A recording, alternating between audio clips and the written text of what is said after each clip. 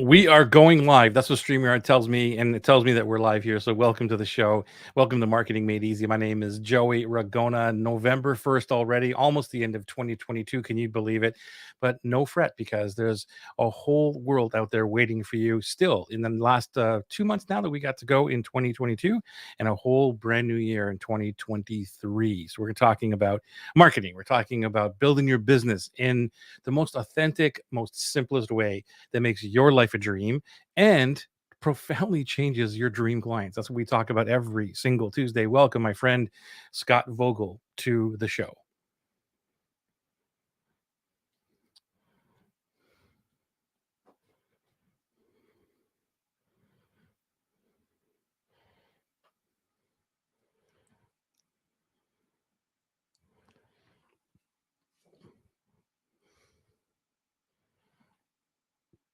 Thank you, my friend. We already got some viewers here. Welcome and let us know if you are watching live, hashtag live in the comments or hashtag replay if you happen to be watching the replay after we finish this broadcast. We're going to get into a deep discussion about marketing from a different light, and I'm going to preface this with the reason what inspired me today. I just started. I'm just going to show this up here because I want to give props to my friend Joe Polish here. So I just started reading this today, and it just came out today. What's in it for them? Amazing book so far, and I am on chapter two. So I just started reading today, and what inspired me was I got notes here because I just want to reference this. This is all about like how to build authentic relationships, and which is what we talk about all the time. And he talked about four specific things again, I just started the book, so these are the four specific things that help you become a better relationship builder. And what if can you turn down that volume because it's like echoing back here like crazy. Thank you, bro. um where were we? Oh yeah, so there's four different things that he talks about right early on in the book, and number two really stood out to me, but I'm going to give you all four and then we'll talk about number two, which is the uh I guess the subject of tonight's talk. The first one is to be genuinely curious about somebody, and this goes back as well to, and he references Dale, is it Dale Carnegie who did the who that the, yeah, like how to win friends and influence people. So he's talking about that, like be genuinely curious.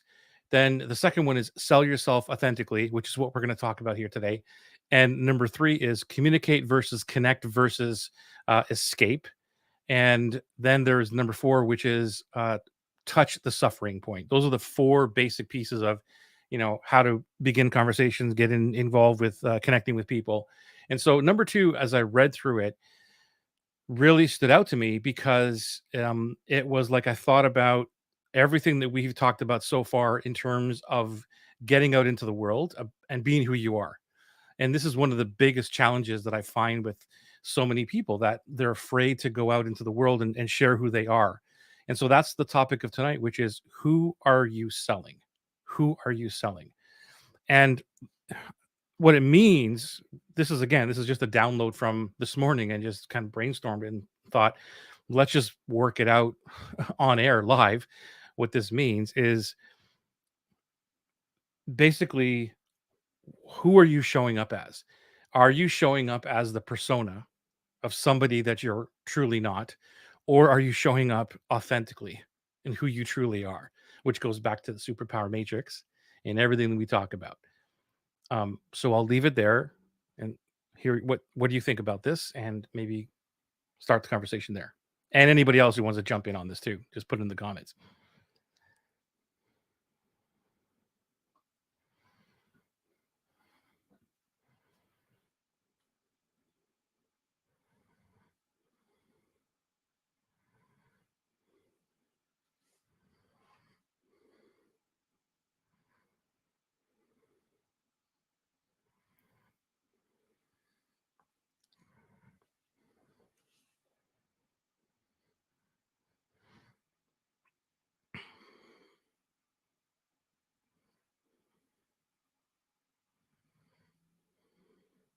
Right.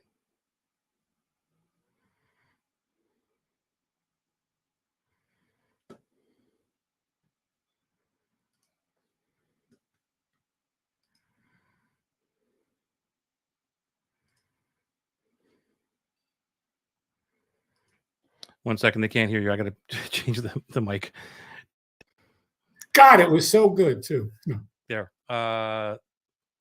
Okay, let's try it again. Ivan, could you let us know if you can hear Scott? You can Chad, repeat that because that was epic. What you just said. well, thank you, Joey. You inspire me to be epic. And well, basically, I started out by saying that in the Dale Carnegie program, it's human relations and effective communications. And the basic premise of that whole program is you have to first develop self confidence before you can begin to effectively communicate and build relationships and then become a leader. So, what we're talking about here is when you sell yourself authentically, who do you show up as? Mm-hmm. You and I have talked about this a lot that, you know what? I show up as who I am. I just got out of yoga class. I just took a shower. I got on my t shirt. If I don't shave for a couple of days, that's who I show up as. The studio laundry is sitting behind me. I didn't like, oh, I got to move it out of the way because somebody will look at it. My buddy just walked in to get his harmonium to play. It's like, oh my God, nobody can do this and that. We've got to be perfect. It, if I'm on a call with somebody and somebody walks in, it's like, hey, say hi to so and so and so and so. And it's not this, oh, I got to put on a suit and tie and I've got to create a persona that's not me. And it makes it so much easier to show up who you are all the time. Yeah, and like the environment is a piece of this. What I want to really dive into, and not that this is not important because it is, like, when I talk about this all the time, the backgrounds and how many people told me, dude, like, you got to have a cleaner background and stuff. I'm like, no, that's just how I live. I'm showing up that way. So anyway, but it's really about, like, are you truly authentic? Like, are you truly going out and in relationships, whether that's in chats or is it on video or whatever, and are you showing up as that person? Are you afraid to share your wounds? Are you afraid to whatever it is? And that's really what this is about. Who are you selling? Who are you selling? And I, for me, this is one of the biggest areas that I talk to or help people through, especially within Atlas.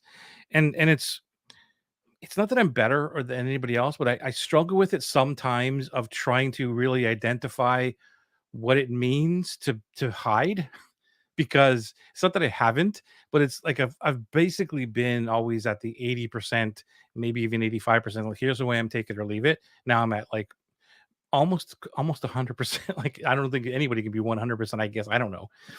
But and so I struggle with it sometimes. Yeah. Because and so it's like I don't understand why you can't do this.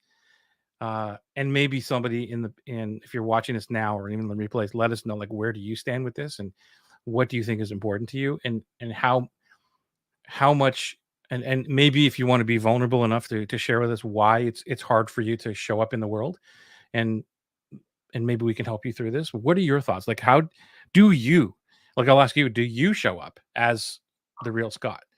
Totally and completely, 99%. There is 1% of my life that I don't share, that I don't show up with. But for the most part, 99%. You asked me when we first got on to get ready for the show, how are you? I said, I'm amazing and I'm crappy. Yeah. Both at the same time. Physiologically, there's something going on. Nobody knows about it because I just go and I show up all the time the same way.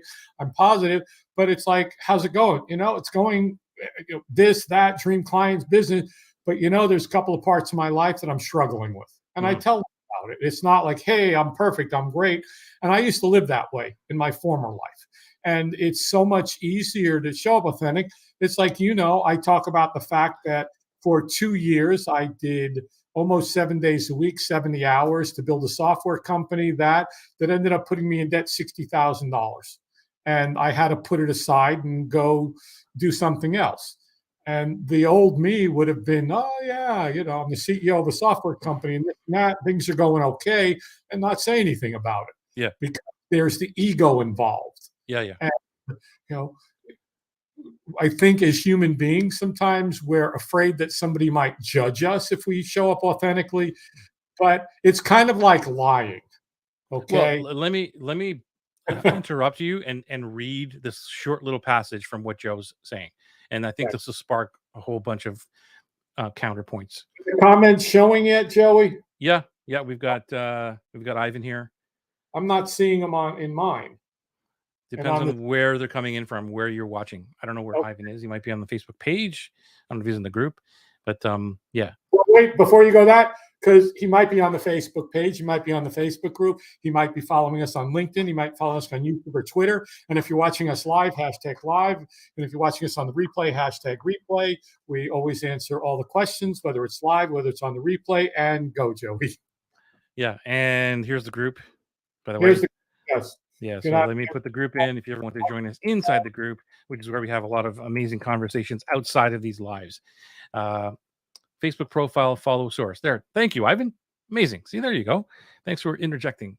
Um, where was I here? So let's go back to this. Okay, so here's the thing. Here's what Joe says. First, he quotes Dan Sullivan. He says his definition, Dan Sullivan's definition of selling is this: selling is getting someone intellectually engaged in a future result that's good for them and getting them emotionally commit to take action to achieve that result. And by this definition, this is what Joe says, selling is the most positive behavior in the world. You are selling yourself in interactions with people, whether you like it or not. We both know this. If you're not selling your true self, you're selling a persona that is a second rate product.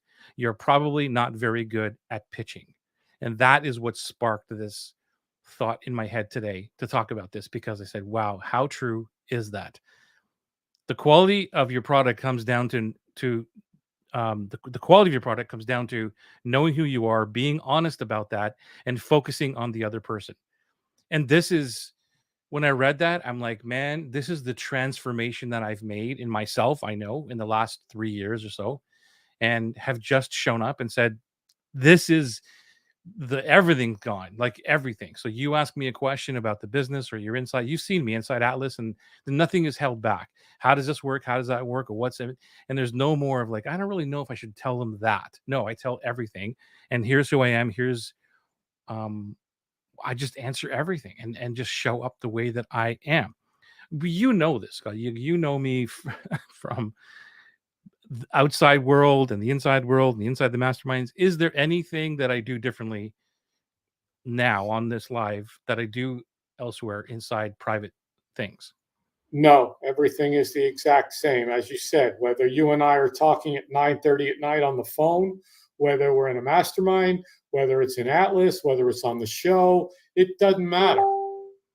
Yeah, and I believe that that is part of attraction, or and it's not for the sake of that. It's not for the sake of that, but knowing that that is what's going to bring people into our world. And so that's why this conversation is not just about, are you pretending to be someone else or hiding things and not and putting on this persona going out into the world, but also if you're struggling with attracting people, uh this is part of it. This is, at least from my knowledge and experience, changing that paradigm and just going, I'm going out into the world and this is who I am, and the right people will notice it. It's kind of, Joey, I was about to jump into something, and it's kind of like lying, Yeah. because you have to, if you tell a lie, then you got to remember what the lie was. And then you've got to keep the lie going, because you got to remember what you did. And it's the same thing. If you show up authentically and you speak from the heart, and you speak your truth, and you don't have to go, should I talk about that? You just go, and it just makes it so much easier when you are, because that's what people want. People like transparency, they like vulnerability, they like honesty, and that's what attracts them to you. Yeah, I remember one time, I've told this short story before, but it's more of when I was behind the scenes of, in the green rooms and seeing speakers and seeing who they were. And then they would get on stage and do something different and be completely different people. And at that point, which was like about a decade ago or so, and I swore to myself, I'm never going to do that, regardless of what anybody in the audience thinks. and I don't care about anything else, except for being myself and knowing that there were people that who will not agree with that. So I know what, but then during the 10 years, I'm just looking to use a decade as an example. There were times where I went out to have a persona, like I had a persona, and especially even before that, when I was in um, real estate investing and speaking there. I don't, when did that happen? Was that Yeah, that had to be in the same era. So like 2008, I started investing in real estate, and I spoke around 2010 or something like that, maybe even earlier. But it was, I remember trying to be something I wasn't because I was, you know, I wouldn't say I was forced, but I was influenced or persuaded to be something I was not on stage, and it tore me apart. And it was I only did it the one time in that instance, and it tore me apart because it wasn't really who I was. And this was mainly about just dressing too, trying to dress the part. And so that it was this persona. So I know what it's like to have that. This is not truly me, but it wasn't like 100%. But now it's completely different, and my world has changed. So, like, what about you? Any insight or story experiences that you can share with us? Oh yeah, for sure. When I was a professional speaker and speaking for Fortune 100 companies and traveling around in 50 cities a year, and just you know, don't you know? I think I am kind of rock star kind of guy back then, which is what I suffered from. It's like, don't you know, I'm the keynote speaker, and where's my limousine, and where's all this and that, and that, and it would be the Brooks Brothers, everything, and the Bally shoes, and the whole thing. And it hit me once when I was presenting a workshop for Marriott down in Biscayne, Marriott. And it I came down off the elevator, and my champion at the time, he goes, I said it's business casual. And that meant for everybody. And I was like, okay. From then on, I was like, that makes sense. And I would wear what I felt comfortable with. That would be me, that I felt good in. I didn't have to be the Ralph Lauren Polo Brooks Brother kind of, this guy is perfectly coiffed all the time. Hmm. And it became so much easier because I was freer to be me on stage. And I Hmm. didn't have to worry about the perfection of the looking like somebody or acting like somebody. Yeah, yeah. I'd like to hear if you have a question for us, or you want to take this in another direction about marketing or anything we're talking about in terms of bringing clients into your world. Put it in the chat. We'd love to answer your questions and have a conversation going. But even just your thoughts on what we're talking about here about who you're selling, because again, I'm referencing Joe Polish's brand new book, which is "What's in It for Them." Highly recommend it. Even though I just started the book, but it's already impacted me because I'm already doing a show on this thing. So thanks, Joe, for writing that, by the way. And I don't. I think that what I've learned from just these last little couple of years doing the relationship building or whatever you want to call it is I never thought, and this is again that the paradigm shift, or I guess the old story that I would tell myself, that I was not good at it, that I was not good at relationship building. And again, Joe talks about this earlier on too about networking, where, and I've said this a billion times. I've probably even said it on this show where I said, I'm not good at networking or whatever that is. Uh, and then when I read it, and he said, it's just because people don't know how to actually build authentic relationships, and that basically validated like that I do know how to do that, and that the old story that I was telling myself about I don't like networking events because it's all small talk and it's all this other kind of stuff. And it's still true to this day. Like I don't want to go to a networking event or anything and talk small talk because I am genuinely interested in the person. And Joe also talks about um it's building relationships with the right people. It's so it's just like it just aligns. Everything I'm reading throughout the whole thing so far is like this just so aligns, and it's so right. It's not going to an event and having to have small talks or whatever it is because you're just doing networking. Um, you're though if those people aren't interested in a deeper conversation, they're just not the right people. they're not the right people to connect with, and just move on. What are your thoughts on that? Well, I'm going to bring it back to dream clients because when you start to find, well, excuse me, when they start to find you and you're having authentic conversations with something you're passionate about. And I like what he said that you mentioned when you're engaged in the future result, when you truly want the future result for people. And going back to the trilogy, you build a tribe, you serve, not sell. And I'll just say the serve, not sell, it's engaging in the future result. Yeah. And deeper you go, the more you just stay in that lane, in that space, and can help people, you want to show up and do it. But if you go to an event and you're like, everybody here I want to talk to because I want to be a network guru and I want to connect with everybody, all of that energy going out there is just a waste. Instead of, let me connect authentically with the people that I want to connect with and be with. And it goes again, go. No, I mean, you're right about that. It's like, for me now, going to an event, and it takes like a lot of energy for me to Oh, actually go to a freaking event. yeah. But now it's like, okay, well, I'm going to go to this event, and if I could just connect with one person and help them, it would be worth this whole thing. And that's what topic is about. It's not about selling people. It's about, how do you build authentic relationships that they eventually lead and open doors, and all that stuff happens. And how do I go out and serve?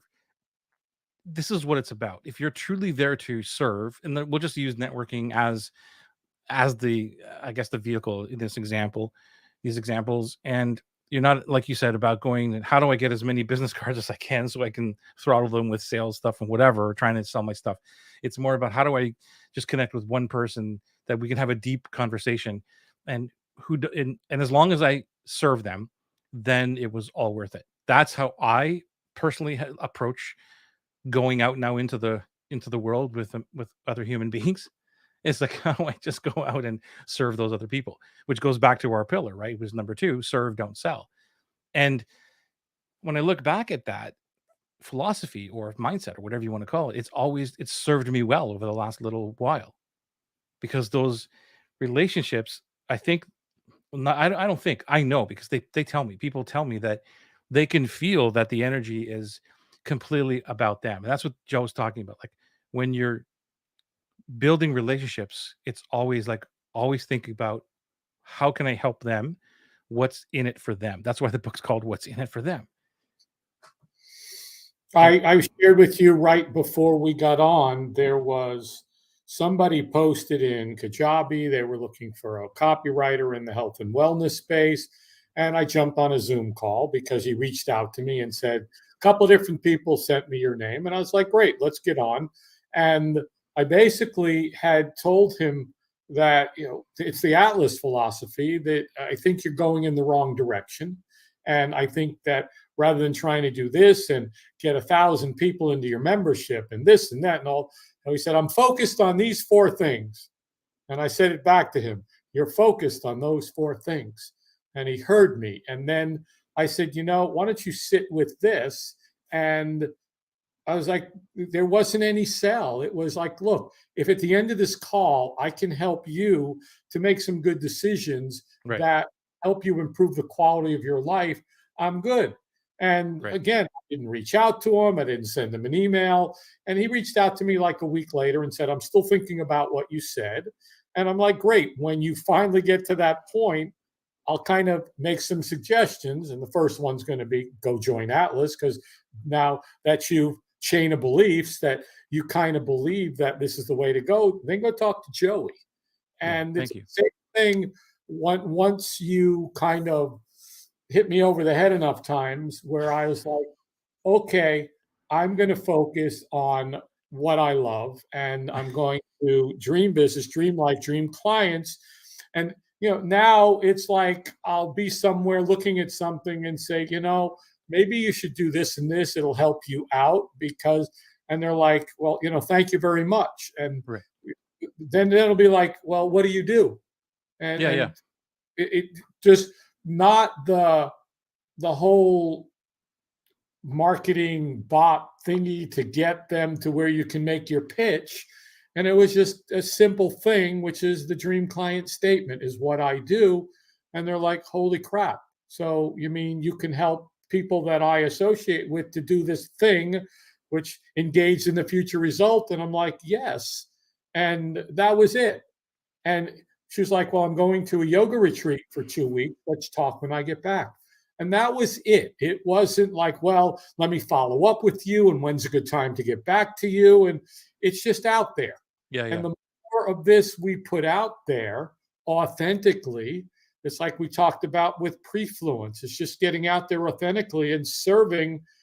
Again, you said it so many times, is the dream client in training is out there watching you yeah, do this, and that you're not a scumbag, and that they then go, you know what, I like this. They're not pulling me into the throttle game, the whack-a-mole game, where, oh my God, there's a, it's like I told you I interviewed 7 yoga software companies to answer a question my friend had of what's the best yoga software company.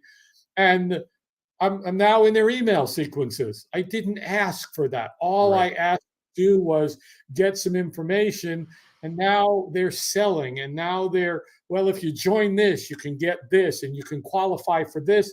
And I'm like, wait. All I did was wanted this one thing. You violated that relationship.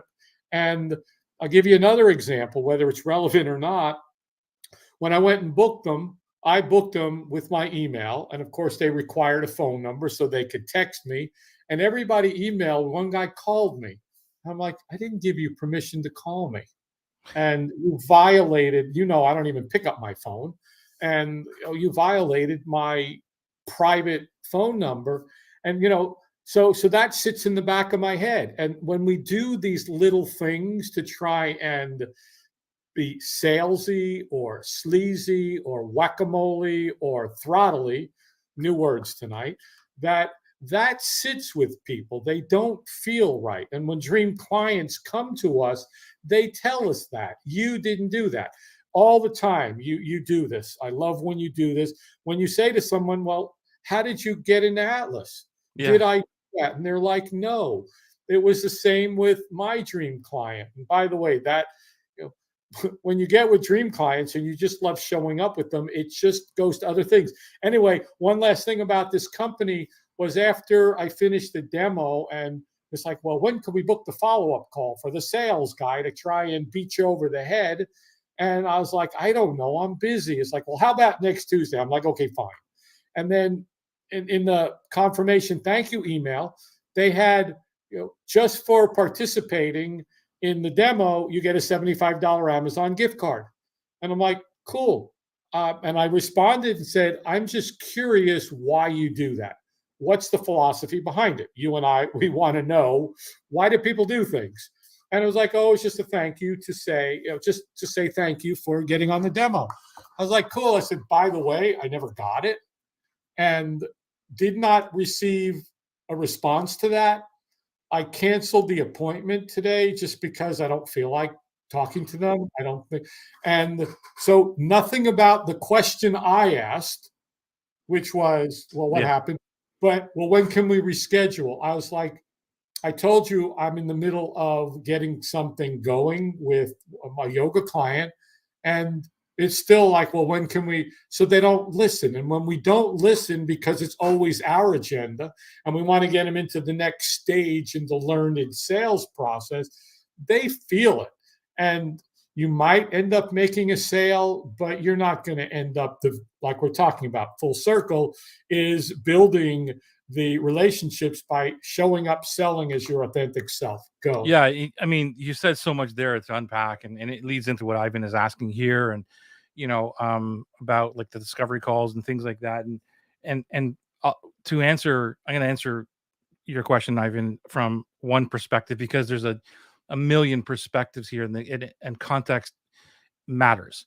Um, so the first question I would ask anybody is like, what's the purpose of the call, of the discovery call?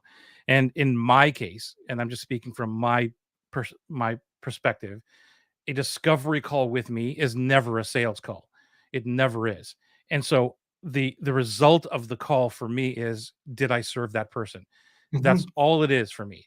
It's never about how do I sell this person. It used to be how do I convert this person into that? And I'm not saying that this is wrong, or anybody's doing it wrong, or I'm right, or anything else. But if the call is set up, and still there are instances where discovery calls, whatever you want to call them, that's the purpose of them, which is cool.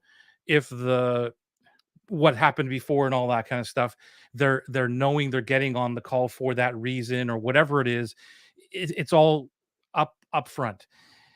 For me, most people that get on a call with me have been put on free discovery calls to go, and they're just bait clicked. Yeah, And it's like all this was just about them, how to sell their stuff. And so me and Scott has been doing this for years, even before I was doing this, is just how do I serve this person today? And yeah, that ends up with thank you, or what do you do? And it's never attached to money. Like I've never attached to a sales call. So when it yeah, comes to there's never the moment of closing where it feels awkward, because I'm never ever closing. yeah, The person says, "Let me think about it." If they, and first of all, if they do ask me, and this again, I'll let you talk, Scott, too, on your experiences. But if someone does ask me about Atlas or whatever, I rarely even have that conversation there, because I yeah. have a doc that I sent them to, because they've been curated at that point. I'll say, you know what, everything answers is in the doc. Go over there and ask me if there's any clear questions you need, or more clarification. So I don't even get into that conversation of them saying, let me think about it. They just won't respond. They won't send back the email that says, yes, sign me up, or I'm in, or whatever. And that's cool, but they're in my ecosystem, they're in my world. And I know that at that point they just aren't ready yet. And that's the third pillar in what we talk about, is respecting their timeline. So Yeah. I've sent them the information, they haven't responded back, and that's cool. Respect their timeline and continue to serve. So that's kind of where I come from this. He's got a follow up bit. I'll let you jump in here, Scott. Yeah, let me jump in. Thank you. So, Ivan, yeah, I'm going to kind of agree with Joey. Well, I'm going to agree with Joey pretty much. I've been doing this forever, and I don't do sales calls, and I don't close. And I'm never awkward because I show up, I find out where they're at, I ask a lot of questions. What are they struggling with? And I'm going to suggest what they do. And I'm not going to suggest that they hire me or buy a program. I'm going to say, here's what you need to do, and give them some value. I'm going to serve them on that call. So there is no awkward moment. And Joey taught me this, that at the end of it, I was like, so I understand, Ivan, that you're struggling with your discovery sales calls and feeling awkward. And would you like some help with that? So that you don't feel awkward, so that you don't struggle and you don't feel like you're selling, and people don't say, I have to think about it. Would you like some help with that? And if you said, you'd be like, yeah, I do, because I just repeated your problem to you. And I said, well, Ivan, the easiest way to do that is you just put together a document, a Google Doc, like Joey talks about in Atlas and talks about in the group, and send them to the document that tells them everything they need to know and how much it's going to cost. And there's not even a buy button. And if they're like, well, at the end, if you're interested, send me a message that says either I'm in, or, and even then they don't get in. It's like, okay, I'm in. And it's like, well, let's just a couple of chats back and forth in a message navigator thing, and they make the decision. So take the pressure off of it having to be, I got to close, I got to sell, because and that's way I've done it forever, Joey, in this selling for 46 years now. And it Yeah. was always like, hey, we'd like you to do X. Okay, let me chat this. What do you need help with? Okay, I'll write a proposal. Like, I get on a call, and I don't call it any of these things anybody. It's like, let's jump on a Zoom and let's chat. Hmm. And I don't have a prepared thingy or a sales page or an offer. I'm like, okay, from what I understand, you want X, Y, and Z. It's probably going to cost around this. And let me put something together for you and take a look at it. Yeah. That's, and I send it, and I don't follow up and say, well, what did you think? And did I make it clear? And blah, blah, blah. It's like, let me know. And that's it. Yeah. And again, this is it. without knowing the context of what you're doing, Ivan, and what it's for, and where it fits, and when are they getting on the call, and all these other kind of things, because these aren't piecemeal strategies. These aren't like, here's what you go do to get this. It's more of a bigger philosophy, and the philosophy that we have is that we build the tribe first, which is, it's not leads, it's not a lead generation funnel or anything like that. It's more of, how do I build a community of people that are epic, that I want to hang out with, and they're not paying me. So the money is not even on the table yet. It's, who are the people that I want in my world? And they Yeah, are like drones. They're flying around, they're watching stuff going on, and they happen to land one day and say, can I have a chat with you? And that is where they're serving. And so, and while we're doing that, the building of the tribe, we're serving and we're never selling. And even on that call, when somebody comes in, because they've been watching, they might see Atlas, they might see right marketing copy, whatever, we talk about it, and they might want to talk about their situation. But it's never about, okay, now is, how do I sell this dude? It's like, how do I serve you? Like, what can I help you with today? And that's the intention of it.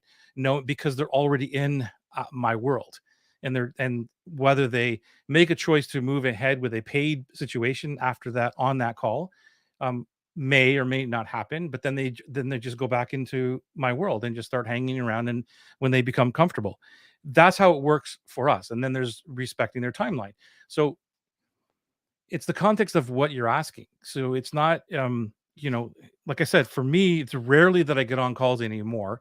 One of these days, I am going to reach down there and pull my banker's box, because I do talk about the banker's box full of clarity calls. I have a couple over there that went nowhere because I did what Scott didn't do, which is I had all the objections, template over here and all these kind of things.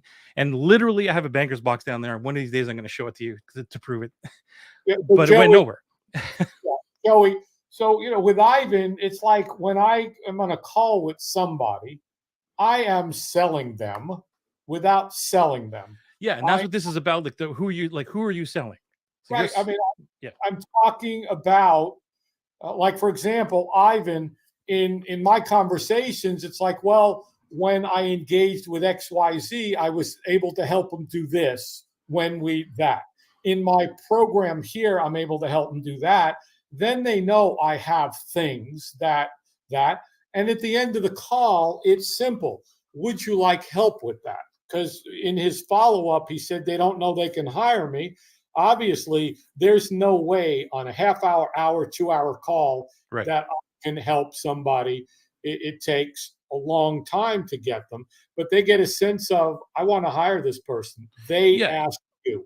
one thing I want to, like, for me, Scott, I don't know about you, but I am a big believer on, like, I trust my gut.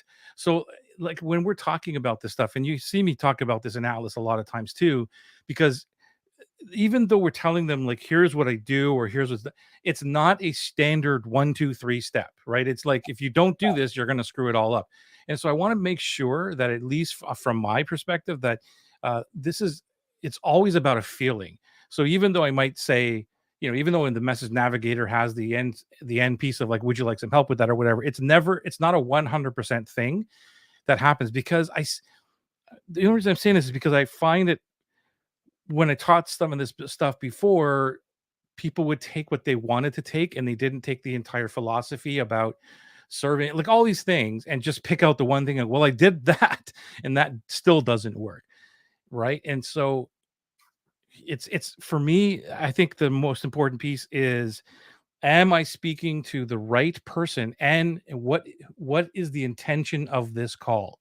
And they know that there is if there's an intention to sell, no matter how laid back you are, because I tried it and I'm telling you, it didn't work. They'll know that, they'll feel it. And then at the same time, you're feeling, if you're engaged in the conversation, which is going back to what Joe's talking about, what's in it for them? Why am I here on this call? What can I do for this person? If you're engaged in that conversation, there will be clues that will tell you if you need to say, would you like some help with that? Or just to leave it alone and say, I hope you have an amazing day today. Let me Yeah, know if there's anything else I can help you with. Do you agree or disagree with that? I totally agree. And I told you about that fellow. I said, you know what? At the end of the day, if at the end of this call I've been able to serve you and help you, then it's been a good day for me.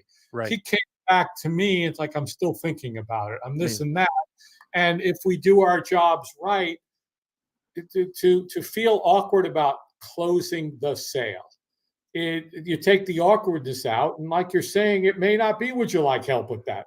I didn't say that to this guy because I'm not going to help him with that. You're going to help him with that. If he comes back and says, you know what, this thing makes sense, chain of beliefs, he Mhm. now believes that he should be doing a group cohort. Yeah. Well, go into Atlas because I don't do that, and you're not a yoga teacher. So, I did want to help and serve because I want him to go to you instead of ending up hiring a copywriter who he's going to spend some money and end up with a sales page that's not going to do anything to sell something that won't serve him. And in 6 months to a year, he'll be out thousands of dollars and back at the same place. But if I'm able to help them with, again, there's no program with me, there's no hiring me for him, but it's, you are the one to help him. And maybe for Ivan, it's the same way. It's not everybody.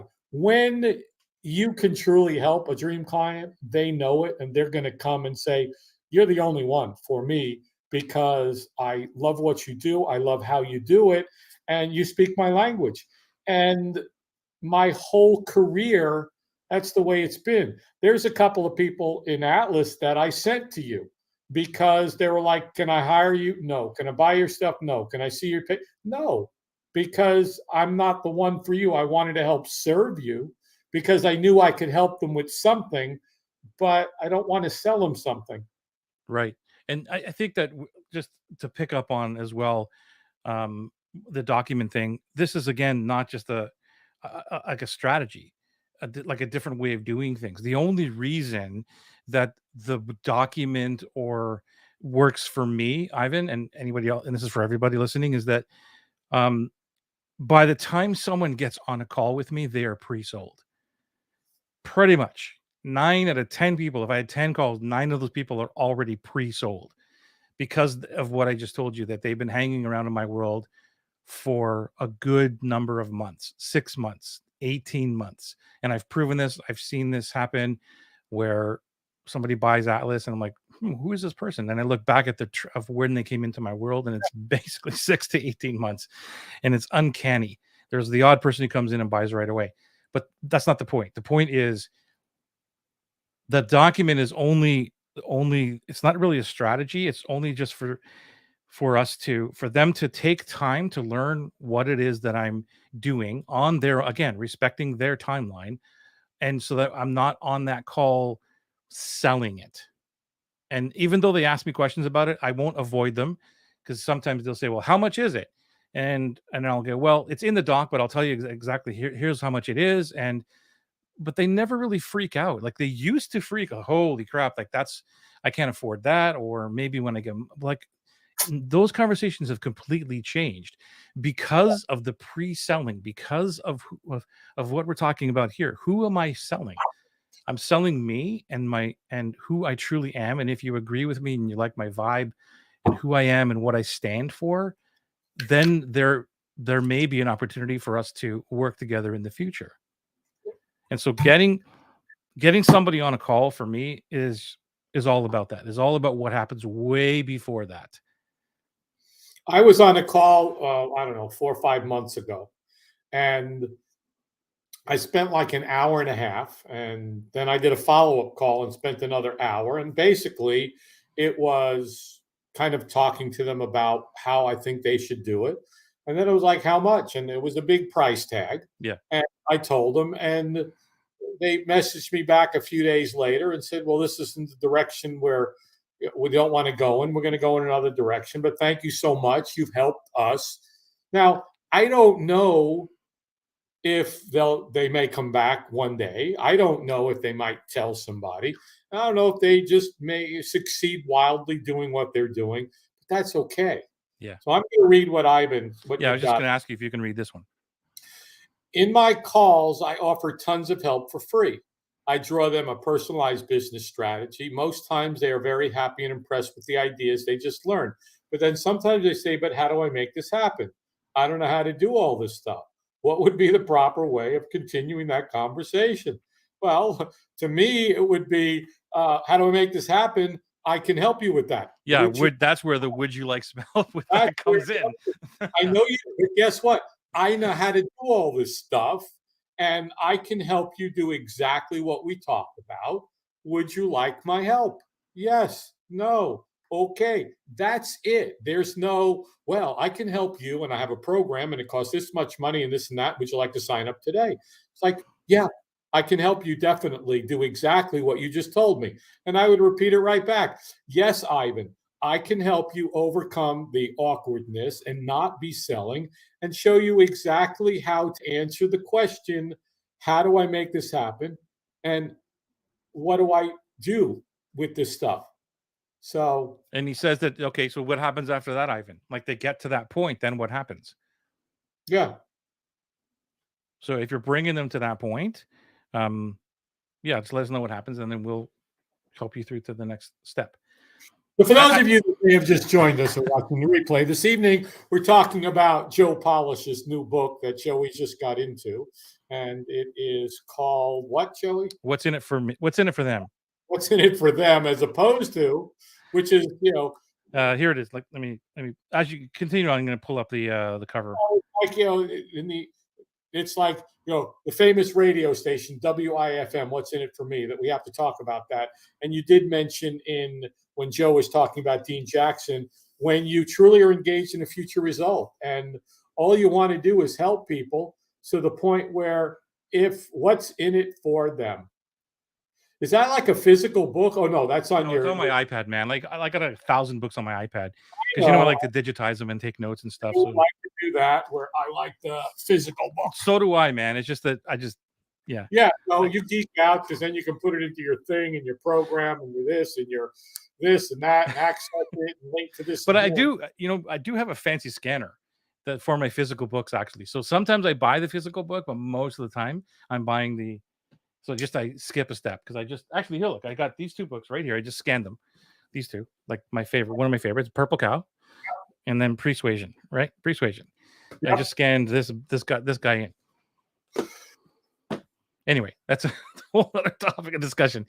So what happens? Okay, so Ivan says, then we end up talking about money and how it works. But when some of them want to think about it, I'm left with the doubt of should I follow up or not? There's going to be a billion questions or a billion answers for this, Ivan. Like, who are these people? How long have they been in your world? What was the process of getting them onto the call in the first place? All these things matter. And follow up. I don't follow up. If somebody says, I'll just use Atlas. So like I give them Atlas. They don't follow up. I mean, they don't buy. But I don't follow up by saying, hey, are you still interested in Atlas or whatever? They're in my world. They're still being served. And then that's when maybe the next round they'll say, hey, I'm interested in Atlas. Like I want in. That's how I follow up. I rarely follow up on a typical sales thing that says, hey, are you still interested in buying that thing? Well, and Joey, the other thing too is you have the Heart Centered Marketing Club, and people are in there, and they come in, and you're like, hey, come on into the club, join. We help you answer questions, this and that. If they're going to be in your tribe, they're going to be in your tribe, and it may not be today, it may not be next week or next month. And the fact that if you're having a conversation and try and sell something, it blows. And another cool thing that I saw Joe Polish do was he was on the platform doing his presentation, and when he went to do the close, somebody else did it. Somebody else recorded it. So he took that whole thing of his energy trying to sell out of it. Yeah. And I'm saying that to say, look, you're interested.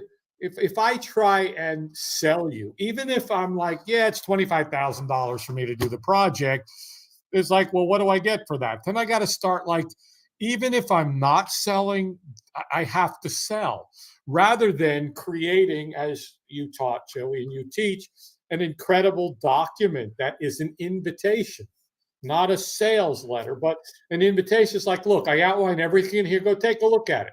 You got any questions? You need clarity? Let me know.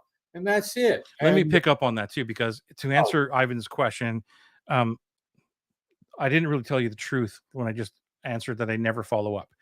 The answer is, and it's so hard for me to answer these questions because the real answer is it depends. And most of the time, if I am going to follow up on what Scott just said, like I sent them to that document or whatever, most of the stuff is all in there.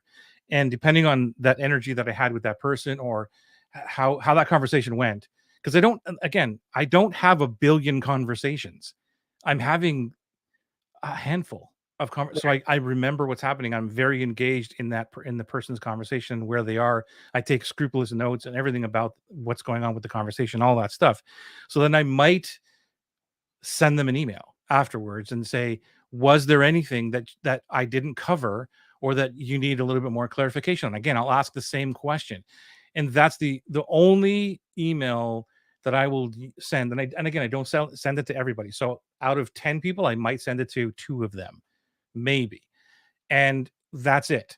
And they may come back and ask some questions, or they might not. And that's how, and I leave it.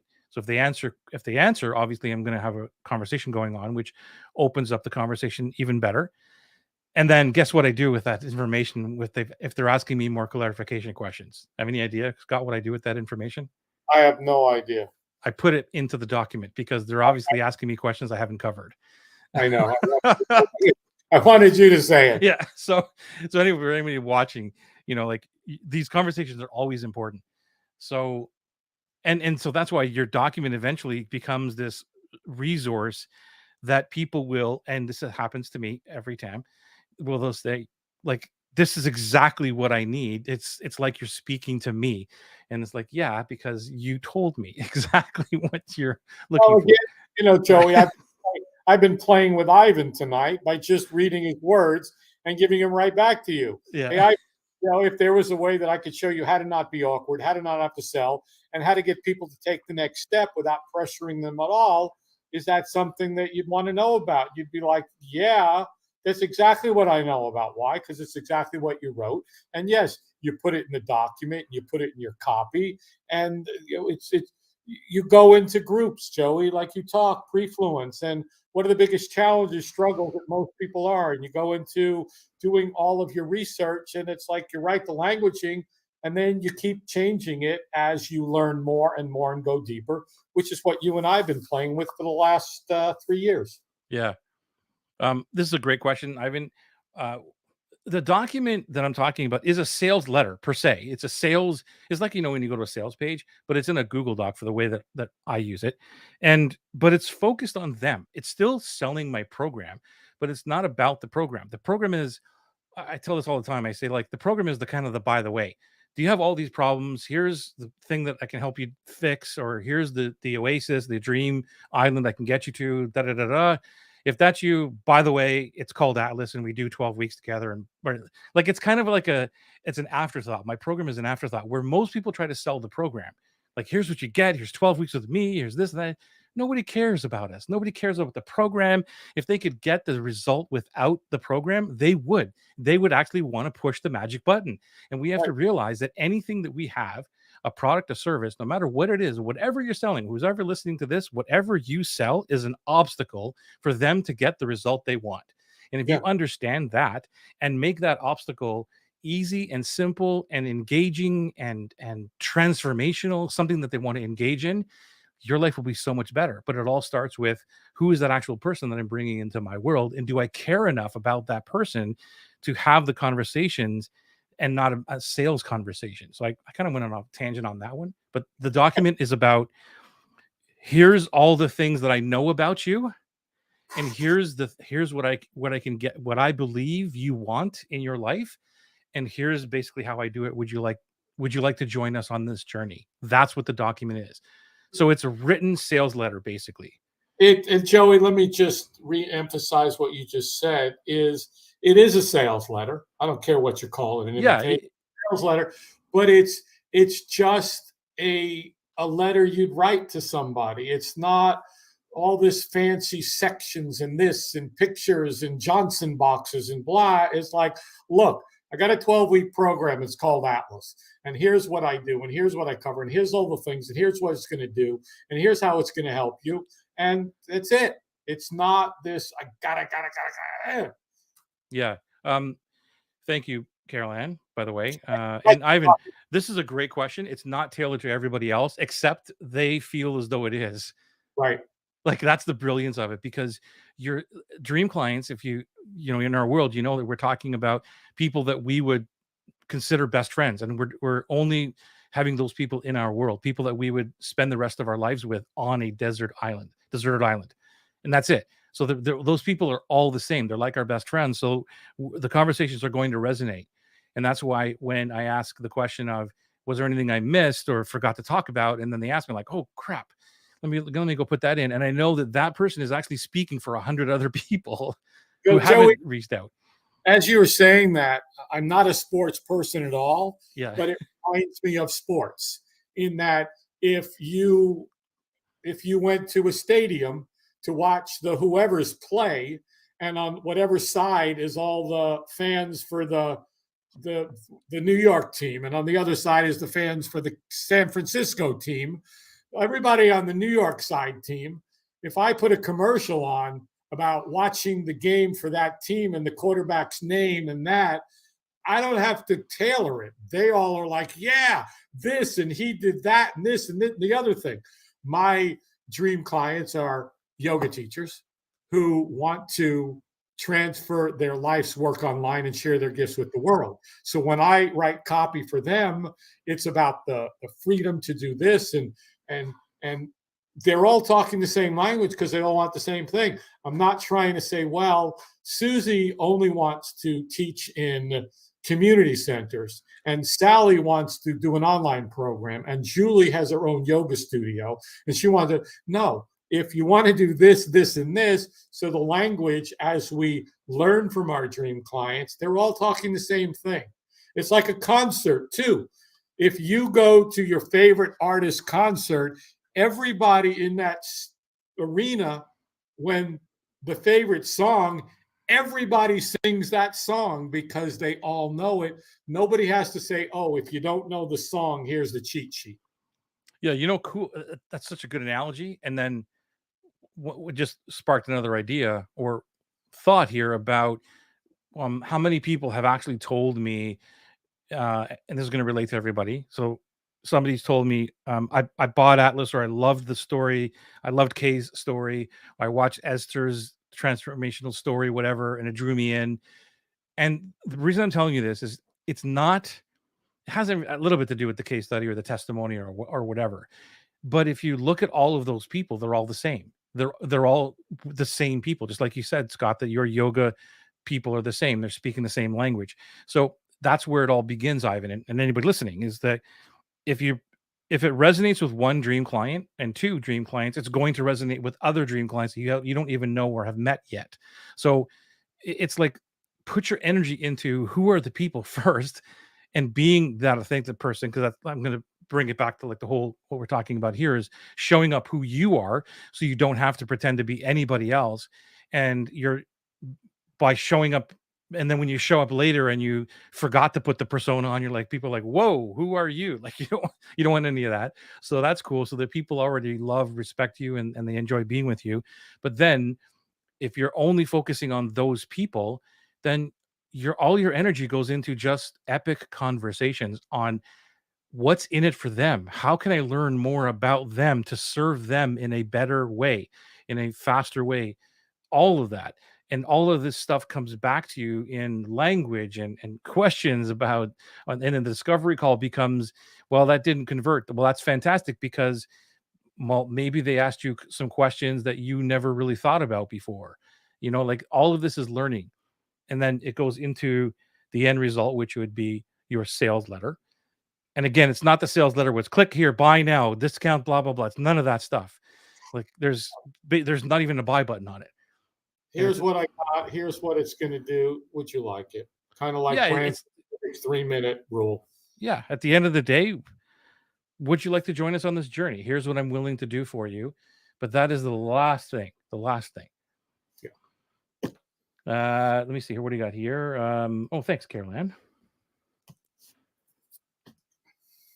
So we are talking about Joe Polish's brand new book. It's called "What's in It for Them," and what really struck me, I just started reading this morning, and there's a part in it where he's talking about showing up as your true self, true authentic self. Because if you're not, you're actually selling something completely different. And sometimes we don't even know that. And so I highly encourage that if you are trying to build authentic relationships, or you're trying to just build relationships, always ask the question of how do I serve this person? What's in this for them? Because if you're going in there with a um, mindset of what am I going to get out of this tonight, it's the wrong mindset. I used to go into situations like that, but there's no reason for me to go there because what am I going to get out of this? Yeah. And again, Joey, just to follow up with what you're saying is, now I'm talking to dream clients all the time and learning their language and getting on calls with them and serving them and figuring it out how to just serve them, not everybody else. And it just becomes easier. That's all. Yeah, and it's funny that if you look at it this from we zoom right out and look at this from 30,000 feet of a marketing perspective or whatever, because you don't do any of that, like let's take it as from a networking perspective again, that you're in a room with 100 other people and everybody's networking and exchanging cards and all that kind of stuff, and you don't do any of that. All you're there is just to serve and everything else. You're going to stand out like a sore thumb. Oh yeah, Like so like if it's those conversations are about that person, they're going to remember you. Now you may not get a call the next day and say, yeah, I'd like to buy whatever it is that you have, but it's like, trust me, guys. Ask me how I know. Ask me why that sign behind me is the way it is because yeah, the more you do different, not from a marketing strategy, because this is just who I am, but it happens to be a really cool marketing strategy at the same time. But it's the fact that if you just do differently than everybody else, you will stand out. That's why, what is it? Purple cow, right? That's why Seth talks about the purple cow. Question. In your marketing, do you create copy, I like company. copy, Company. uh, copy based on your dream client's pain point? Yeah, for sure. Like Yeah, that's the only copy you write. yeah. Is the only copy that you write, Carol Ann, is copy based on your dream client's pain point, period. That's it.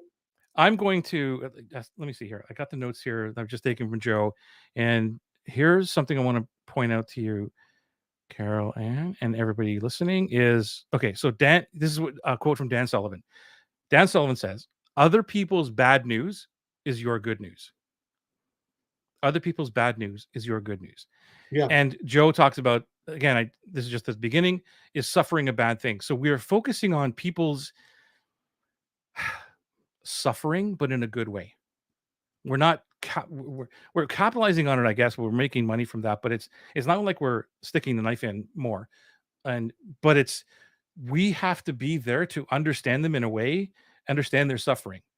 And that I call it the crisis, right? In Atlas, it's about the crisis. What crisis are they in that I can help, that I can understand, talk to them on their level, and also show them that I understand what their oasis is. And the oasis is, and this is what I talk about in Atlas too, they don't know what the oasis feels like, but they can see it. It's only across the bridge. They can see the sun, they can see all the nice palm trees and all the kind of cool stuff. They can only imagine, maybe they can imagine, but they don't know what it feels like. Our job is to talk to them at the crisis level, and Joe's talking about the suffering, and help them understand, here's the bridge that I could help you to get this. And this is kind of what it feels like, but understanding that they will never understand what it feels like no matter what you say until they get there. Carol Ann, thank you for the sign. I hope that answered your question. So you must be super clear on your dream client. Maybe that's where, yo, gosh, yes, this is the conversation, Caroline. Yes, absolutely 100% on your dream client. The dream client, and we can go into this conversation whenever you want because I know you're in our world, but it's basically like your best friend who pays you. That's the simplest way of describing what a dream client is. It's someone you want to spend the rest of your life with on a deserted island if they It's would all never pay you. you. How would you describe it, Scott? Somebody you want to wake up every day and talk to them ad nauseum and never get tired of it and just love their energy and love being with them and they fill your bucket, and you help them and you serve them, and it comes back, and you want more of them, and you're excited to when you get on calls with them, you're excited when you meet them, you're excited when they come to you, you're excited when they're in your programs, and the clearer you become on it, the easier it becomes for you, because you're just it goes back to all the questions Carol Ann is asking and that Ivan's asking. When you know their pain points, and when you just help them, and after you help them for so many, I used to be in the wedding and event industry, and I helped wedding and event professionals market to brides. That's all I did. And I interviewed 100 brides, and I knew the pain points of the bride, and I knew the pain points of everybody that sold to the bride. So I was able to help them both.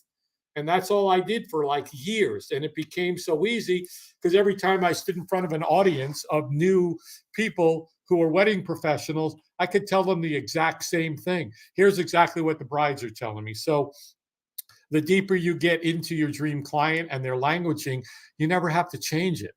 It's like Joey, we've talked. I used to write a lot of copy for different people, and I'd have to spend at least a month to figure out what to write copy on. Now I don't have to figure out. I'm in a yoga studio every day. I run a yoga studio. I help yogis. What else do I need to do? I speak their language.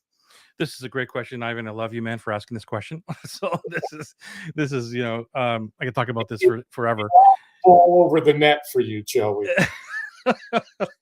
The dream client is the quick answer is it's kind of like if I asked you, no, this is not an answer. It's kind of an answer and a challenge at the same time.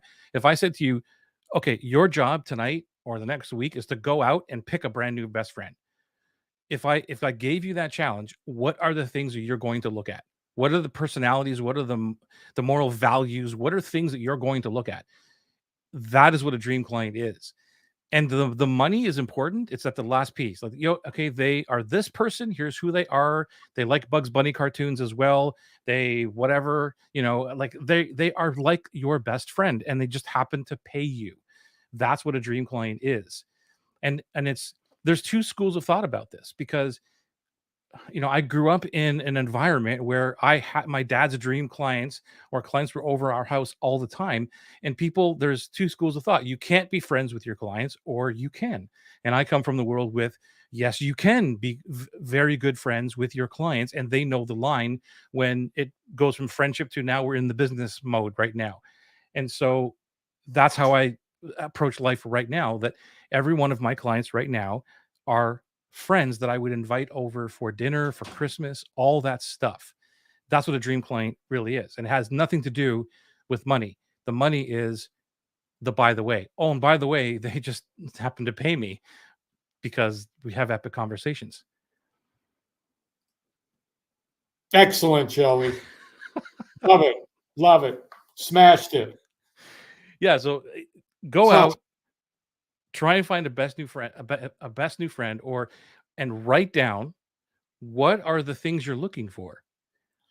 What are those things? And you look for those things in the same thing as a dream client. And we'll circle back to what we're talking about today. If you were trying to find a best friend, would you pretend to be somebody you're not? Right. No.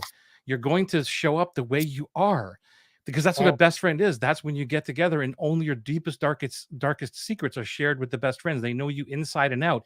They finish your sentences, all these things. And that's what a dream client, you want to be with that person. And you'd help them in any way you possibly could. That's Right. it. And you're not asking for anything in return. I'm there for you. Hopefully that answered your question, Ivan. But we can, I don't know if you're in my Facebook group or not. I will put this into the Facebook group for people, or into the chat here for anybody who's not in our Facebook group, because we have these conversations all the time. And there's all kinds of really cool videos and training and all that kind of stuff in there. By the way, we don't sell, we serve in that Facebook group. We follow our own advice. We eat our own dog food. We eat our own dog food. Is that what you said? Yeah, we eat our own dog food. Okay. Okay. That'd be Caroline. You just hit on a huge idea. Right there. How to find a dream. Could you imagine, Scott? Like, boom, how do I find a dream client? Swipe, swipe, swipe. That'd Oh be boy. that'd be awesome. Awesome. Nope. Nope. Yep. There you go. There you go. I Put in the love it. parameters, and then it'll automatically show you a whole bunch of people that kind of, yeah. And by the way, just to finish this off, to close the loop, the opposite of the dream client, Caroline, everybody listening, is the anti-avatar. And the anti-avatar is basically somebody who is the complete opposite of the dream client. And it's probably easier to start your dream client choosing discovery thingy by starting with who you don't want in your life. Because we all know what drains our batteries, what upsets us, what turns our crank. Is like, all that stuff. Put all that down, and then you can easily find, well, wait, if someone was opposite of that, would be so epic to have that person in my life. Cool. Love it. I know, right, Caroline? I've met them too. Just change the circle. All right, we're off for another day, another Tuesday night. Thanks for being here. It is Marketing Made Easy. We're here every Tuesday night at 7 p.m. Eastern Standard Time. Join us in the Facebook group. If you are a heart-centered, amazing human change maker that wants to change your part of the world, we're there to serve. It's an epic community, small knit, amazing. You'll love it. Come on in, and we will see you. If not in there, we'll see you back here, hopefully, on another Tuesday night.